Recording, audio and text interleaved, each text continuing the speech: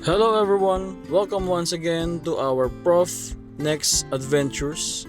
So ang atin pong paglalakbay ay dadalhin po tayo sa Doña Remedios Trinidad o mas kilala sa tawag na DRT na matatagpuan sa lalawigan ng Bulacan. Tayo po ngayon ay nandito sa bagong pasyalan po na tinatawag nilang Mount Brihino. So bago lang po ito, actually hindi pa po siya talaga tapos, pero kahit ganun pa man ay marami na pong pwedeng gawin dito at mapuntahan, kagaya po ng swimming na nakita nyo po kanina.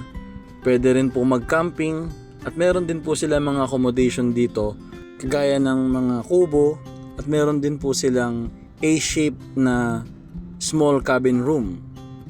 Marami pa rin daw po silang gagawing accommodation dito sa Mount Brihino, pero sa ngayon ay under construction pa po. Pero so far, sa nakikita po natin, maganda po ang pwesto ng Mount Brihino dahil overlooking po ang luntiang tanawin na to sa DRT. Challenging lang po yung inyo pong pag-akyat po dito dahil mataas po yung hagdanan, pero rewarding naman po makikita po ninyo sa taas, kagaya po ng ginagawa po namin ngayon dito. Paakyat po kami sa mas mataas na bahagi po ng Mount Brihino. If you're asking kung meron po bang entrance fee po rito, meron po. Ang binayaran po namin ay 100 pesos para po sa entrance. So pwede na po tayong mamasyal dito sa halaga po na 100 pesos per head. Palagay ko naman po ay sulit na po yun if you are planning to do a lot of activities dito sa Mount Brihino, kagaya po ng camping, or kung gusto nyo lamang pong mag-rent din ng mga cottages or ng mga kwarto.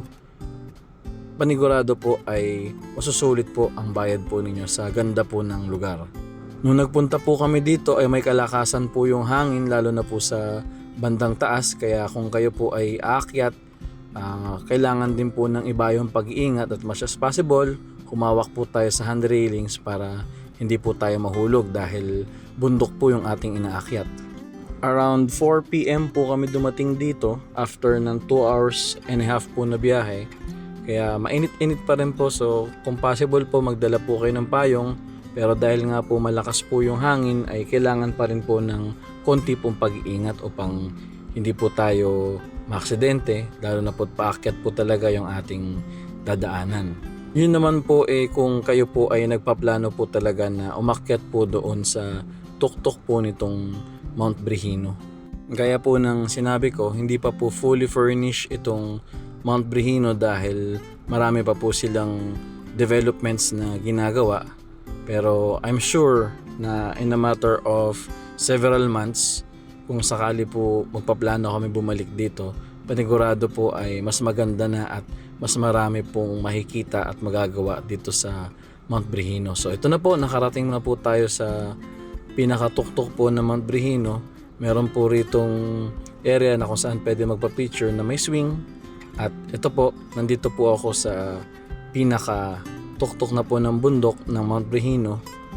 At dito ay pwede na rin mag-camping din kung may dala-dala kayong mga tent. At meron din naman po silang tent for rent po rito. Pataas po nito, maa-amaze kayo dahil kitang-kita nyo ang 360 view ng DRT, ang mga bundok at ang kagubatan po dito.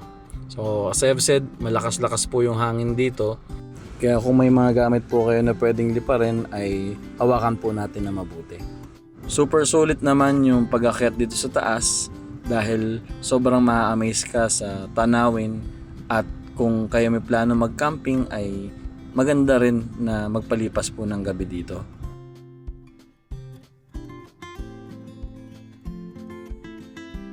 Here are some of the pictures that I took while we stayed here in Mount Brihino.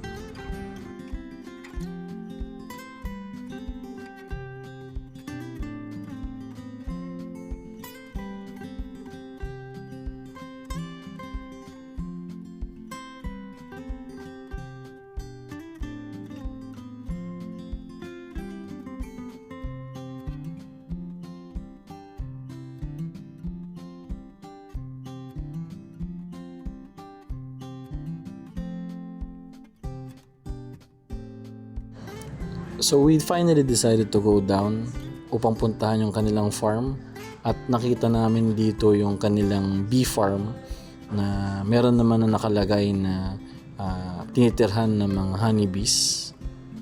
They also have domesticated farm animals like goat and sheep at chicken, although it's already sundown kaya nasa loob na lang sila ng kanilang shelter, so hindi na namin talaga sila nakita na nasa labas.